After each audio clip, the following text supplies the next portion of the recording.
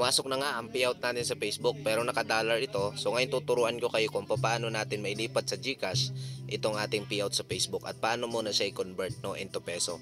So i-click po natin yan, yung ating PayPal, tapos i-click po natin ito. Ayan. Tapos dito po sa baba makikita po natin itong USD. I-click lang po natin itong tatlong tuldok tapos convert currency. Okay, so siyempre i-convert natin siya into Philippine peso. And then click po tayo ng next. Ayan, tapos ilagay na lang po natin lahat. So 54 point 54.24. Ayan, so wag mo pala lagyan ng 22 lang pala ng points yan na automatic mag So sorry, mali conversion pala yon. 70 pala. 70.20 pala yung available na dollar natin. Ito pala is conversion niya. Naduling ako. So 70 pala yung na-payout natin yon. So i-click lang po natin yung next. Tapos next ulit natin. So ayan po yung magiging pera natin, 3,806 sa peso. Click po natin yung convert now.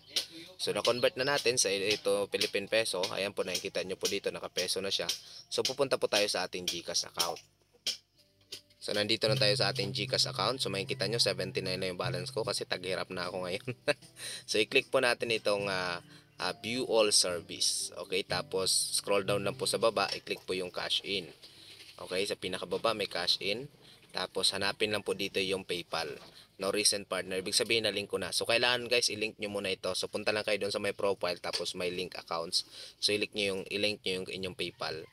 Ayan. So i-click lang po yung PayPal kung nakalink or mag-comment ka lang dyan kung hindi ka marunong kay turuan kita. So may 39. So 3,000 lang para may 900 pa ako. So ayan. So ito na po. I-click lang po natin yung next. Tapos confirm. Ayun. So sabi po dito 24 hours. Pero ano po yan? Instantly po yan. Pumapasok na. So i-click natin yung done. Tapos check natin. Oh, diba? Ang bilis.